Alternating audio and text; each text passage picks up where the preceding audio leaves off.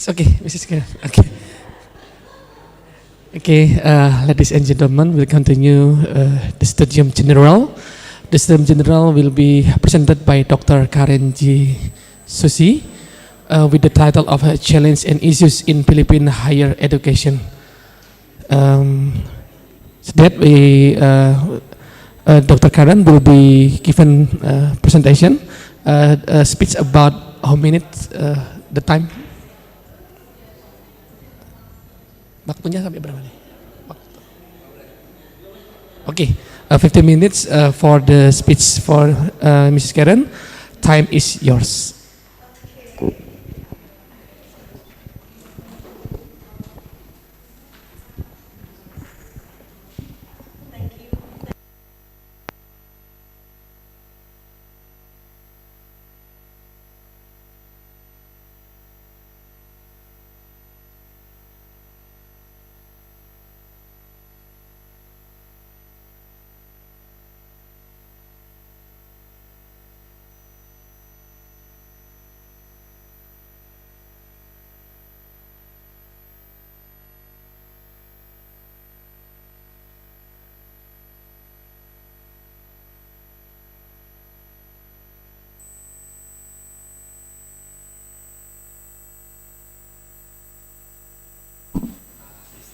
Oh, there. So once again, good afternoon. Beautiful people of UST. I'd also like to greet this afternoon the delegates coming from the Philippines. We are actually headed by our acting president, Attorney Diana Maria Rachel Calayan, but we fondly call her Attorney Lely Calayan. All right. So this afternoon, I've been tasked to discuss with you challenges and issues in Philippine higher education. Initially, I was thinking, why don't we discuss best practices here? But I thought, for example, research is for growth, and research is for development, right? How do we start? We start by identifying a problem. We start by identifying gaps. In this afternoon, we hope to actually find these gaps that we can fill in together. So is that okay with you? So it's my turn this afternoon to actually discuss the challenges and issues in Philippine higher education, and eventually you'll get to know us better. And we could also find points of improvement, all right? So let me begin by putting a little context to this, all right? Our president just recently, President Ferdinand Bongbong Marcos, declared the lifting of the state of public health emergency throughout the whole country last July 21, 2023. A bit more than 2 months now. So it's only about 2 months when the public state of emergency has been lifted. Surely, our educational system has begun feeling its ripple effect. Now, the Philippine Commission on Higher Education, that is our governing agency, is into gathering data in the conduct of face-to-face and online communication. Right now, they are calling on the deans. The deans here can tell you that the Commission on Higher Education has been summoning them and gathering data from them. They are trying to ask, how many are still into blended learning? How many are already conducting face-to-face education? That's what they're doing right now, because we are into preparing policies so that we can finally move forward. All right, so the buzzword these days is actually reforms, change, new. I didn't imagine that after 50 years, Kalayan will be dealing with so much reforms. And I understand that with the pandemic that happened, I think it's the same thing with you. We in the academics know this very well. It will surely challenge our mettle in applying the change theory. So who are the theorists here? It surely challenges our knowledge in the change theory, the theory of change. Those are two different things, and the principles of uncertainty.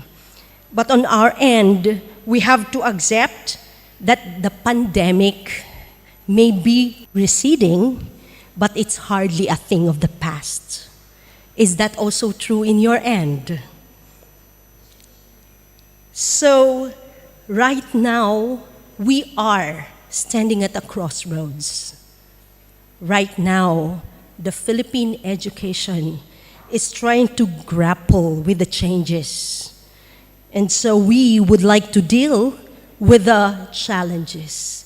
And of course, changes do not only bring challenges, it also brings opportunities, right? This is one of the opportunities that it brought us. Because after the pandemic, since this is a global phenomenon, this time the Commission on Higher Education in the Philippines is pushing every higher education to actually go out of the country, benchmark from international schools, so that we can deal with the challenges better. So there are lots of discussions going on. For some schools, survival, and for others, progress. CEFI is lucky. UST is very lucky because today we're not talking about survival. Today, we are talking about progress. Am I right? So in our country, experts in the academe coined the acronym to capture the nature of the post-pandemic world. How do you get started with problems? First of all, you have to accept that there are problems. You cannot close your eyes into it. And so our experts coined VUCA. Everybody say VUCA. All right, so VUCA stands for, it captures the situation in the Philippines after the pandemic. V stands for volatile or volatile. The environment demands you to react quickly to ongoing changes that are unpredictable and out of your control. You have to accept that it's like water. It flows freely, all right? It's so volatile. We're okay today, tomorrow we're not. We have to be ready for that. And uncertain. So we all can never be certain about what is to come. The environment requires you to take action without certainty for once, because educators, we like certainty, right? We are afraid of the unknown. But this time around, we have to accept this. The next one is C for complex.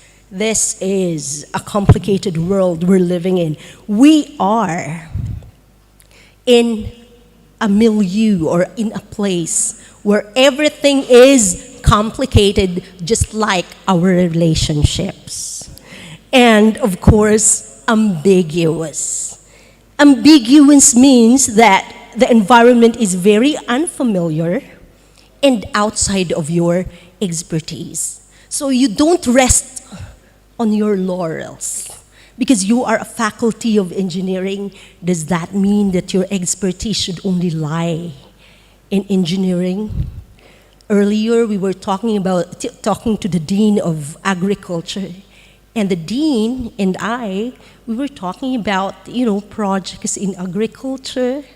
no, where we can collaborate, although we don't have a College of Agriculture, all right? So here, the term is VUCA, and all institutions have been exhorted to frame strategies that are VUCA-driven. So that's how we brace ourselves. If there's a strategy, if you have, you're the dean, and I am the administrator, being the VP for Academic Affairs, every time I check action plans, I check if it's VUCA-driven. Is this ready for changes? Is this ready for complexities? That is the question. All right. So we were talking about VUCA-driven strategies. Let's go to the challenges and issues this time. Okay.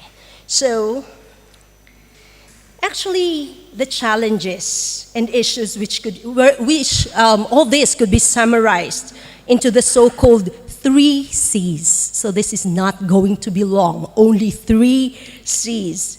First is complementarity, the second is continuity, and the third one is competitiveness.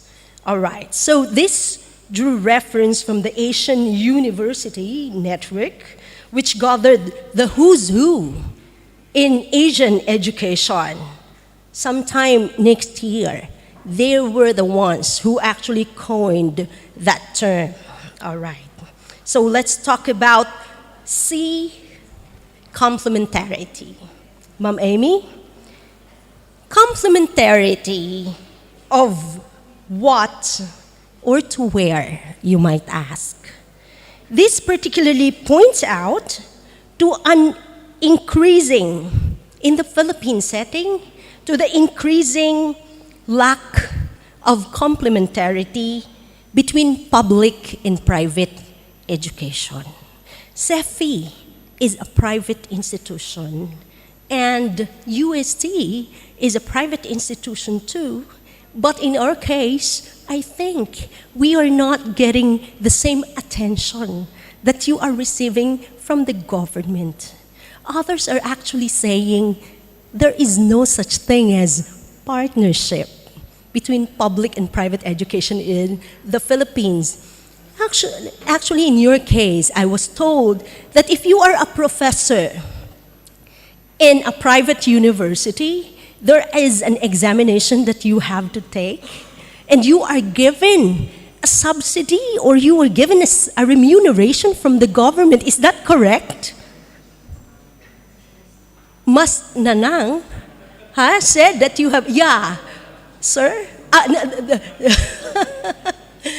Our friend Nanang here said that you just have to take some kind of an examination.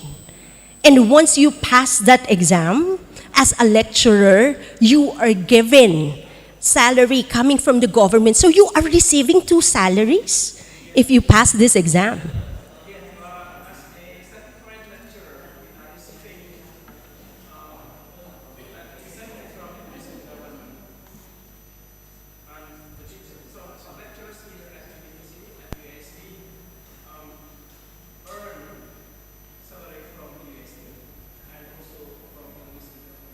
See, if it could happen in the Philippines, then we won't experience an exodus from the private school to the public school. But look at this. This was what happened to the Philippines during and after the pandemic. Based on data in general, more than 860 out of 14,000 private schools in the Catholic majority nation have closed their doors since the pandemic hit 2 years ago.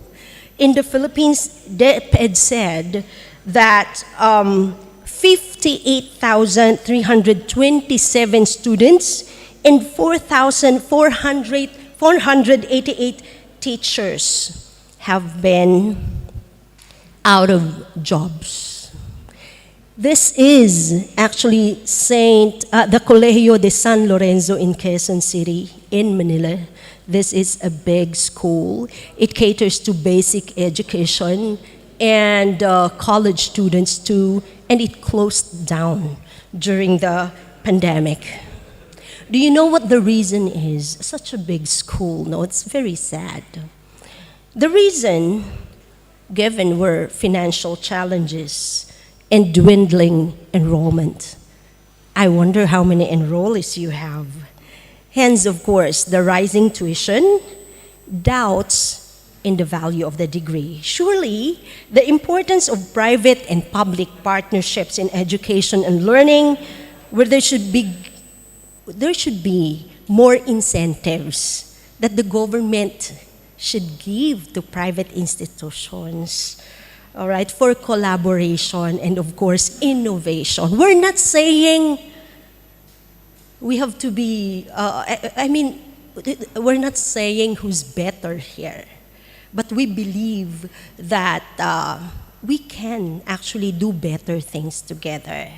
So in the Philippines, that is one of our challenges because the government is actually giving benefits, particularly retirement benefits to public school education teachers.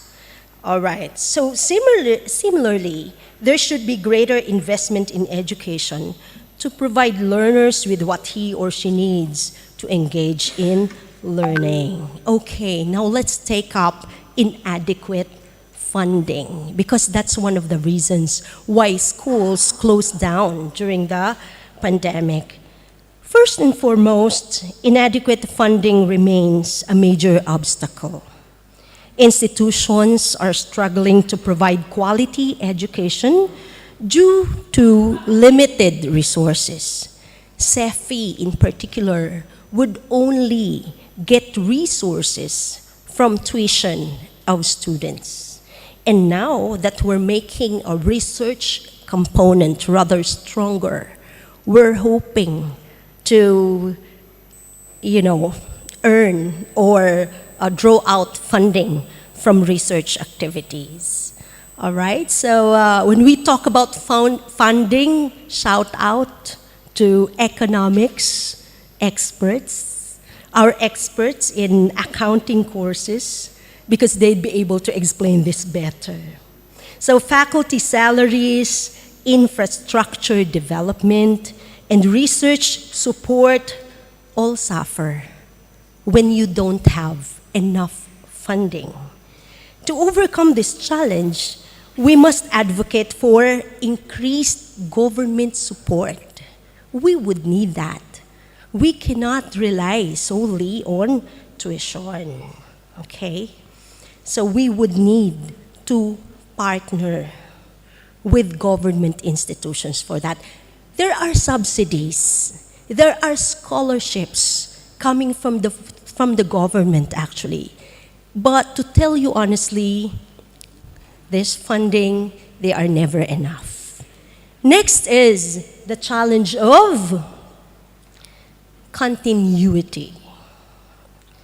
So, what are the factors that led to gaps in continuity, you may ask? First is social injustice. Such a big word, right? Big word. But this isn't new. I'm talking about the fact that the world is not fair.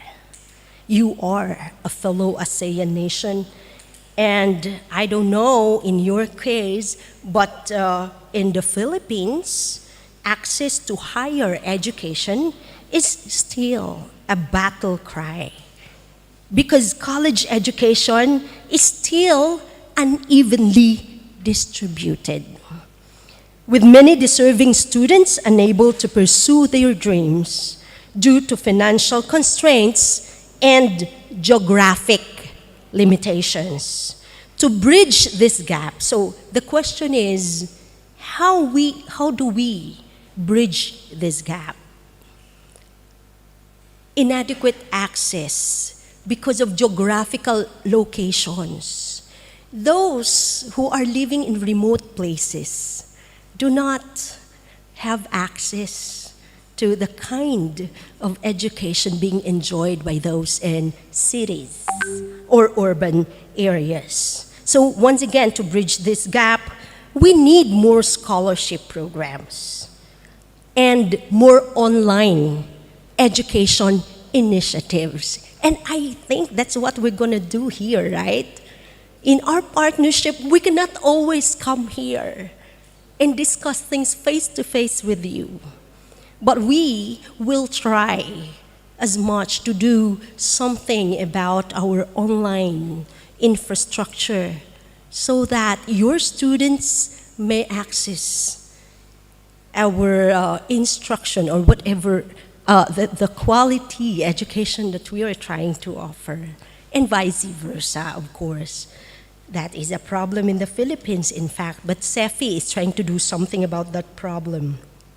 So we need increased access in our remote areas. All right.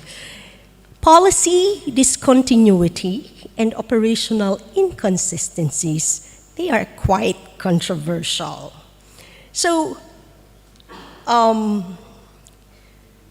don't know in Indonesia, but I think ours is not an isolated case of the political milieu having a huge impact on the educational system. Change of government leaders often result to changes in policies. You are nodding your head. So we share the same experience. Hence, a change in direction. Hence, the issue on sustainability. At present, actually, this is off the record. Our legislators are actually debating over the K12 program. Remember the basic education 12-year program? We have just instituted that about 7 years ago during the time of Pinoy, not the previous president, but the president before the previous president. We instituted the K-12 program because we are the only country in the ASEAN or in Asia that is still implementing or used to implement the 10-year basic education program. So it happened that we were able to implement K-12. And the new administration, I think, wants to modify this. I'm not personally privy to what's happening, of course, but they would want to change it to K to 10 plus 2. So only those in the proposed law or modification, only after 10 years of basic education, only those who are going to college will take the 2-year senior high school program. And those who won't may take the technical vocational track. Okay, that's going to be quite a change for us because of the change of leadership. And the next one would be the lack of emphasis on research and innovation in many institutions. Okay, is it there? Okay, why is this a challenge? Oh, it's not in my PowerPoint presentation, but I'm talking about the lack of emphasis in innovation and research. That's actually one of our challenges. Actually, in the recent Global Innovation Index, according to the result, we're like 8 steps lower than previous results when it comes to innovation. And so our president is now into focusing on research and innovation, all right? So that's actually the reason why we are here today. We recognize that we need to encourage our faculty and students to engage in meaningful research. All right. So, where are we, Ma'am Amy? Can we go to the next slide? All right, so it's here already. We are at letter C, competitiveness. What happened? All right. So first, of course, I've talked about the lack of emphasis on innovation and research. I'm into the next C already, that is competitiveness. Because the question is, are we really competitive? First, it was complementarity. The next one is continuity. Now we ask ourselves, are we competitive enough? One of the issues is actually technology integration. The COVID-19 pandemic underscored the need for effective technology integration in education. The sudden shift to online learning exposed disparities in access in digital literacy. We must invest in technology infrastructure. We must invest in training for educators. So I hope you've been training your faculty members well enough. And of course, digital inclusion. That is a problem. So it relates to the problem of unequal access to education, right? Okay.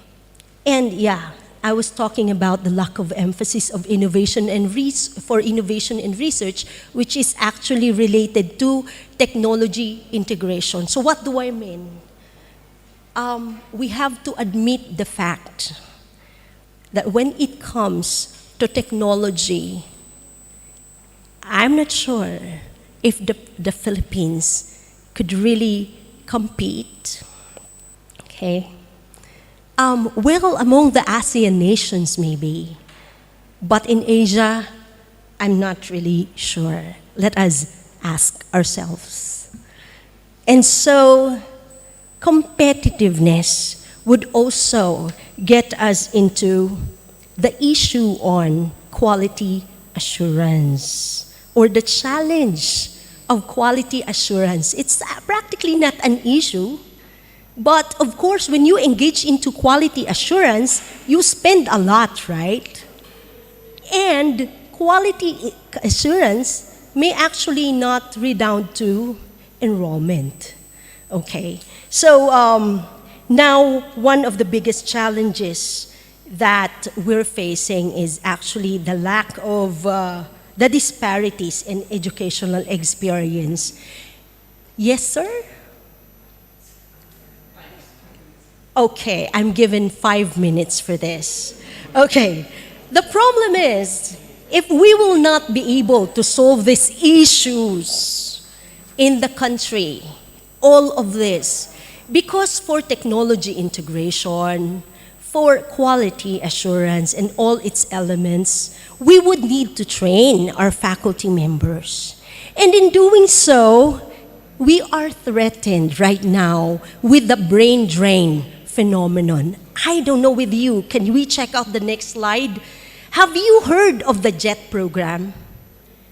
Japan has opened its gates.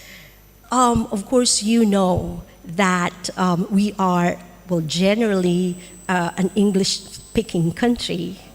No? There are many who could actually place as English teachers. Taiwan has also opened its gates, and so is the United States. So with all the reforms that are happening in the Philippines, the teachers are suffering from burnout, and they're thinking of leaving the country for better salaries. Anyway, they would still put forth the same effort at teaching, but they will earn better salaries.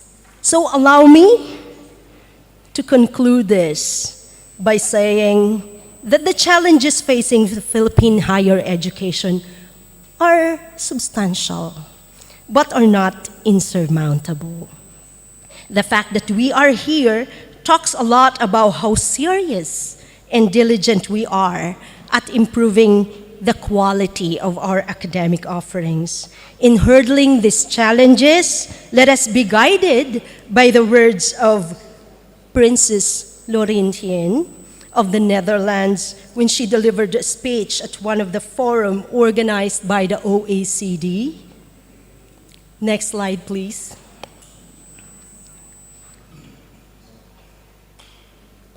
And she said, though we're no longer in crisis, but we are still at a crossroads, like I told you. In crisis, it is more acceptable to have more questions than answers. In crisis, there is no room for not invented in Indonesia or not invented in the Philippines. In crisis, we should all be learners. So after this, I am entertaining the questions that you have in mind. Thank you very much, everyone, for listening. Terima kasih. All right. Thank you, Dr. Karen, for giving a lecture about the issues and challenge in Philippine higher education. Yeah. And I can summarize that we face, I think, the same similarity about the challenge in Indonesia about the higher education. Dr. Karen said that they face the VUCA, volatile, uncertain, complex, and ambiguous. And to overcome that, we can use 3C: complementarity, continuity, and competitiveness. Yeah.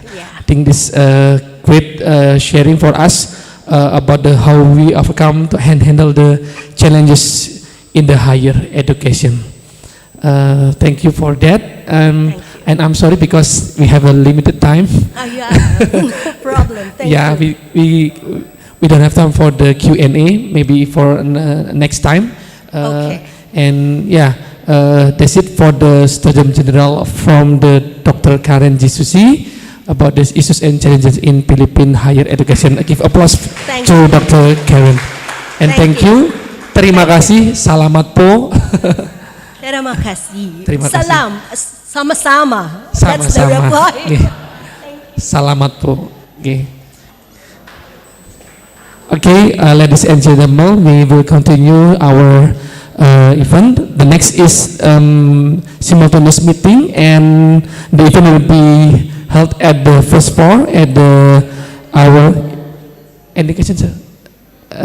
Yeah, the next is the simultaneous meeting in the first floor, and for all the delegates and the team and the department, we can continue to the first floor to have a simultaneous meeting. And please join at each table. It has a name tag. There are 4 tables. It is agriculture, and then research and community, and then satu lagi Pak, psikologi and faculty of education. So please be at the first floor in each table that we available.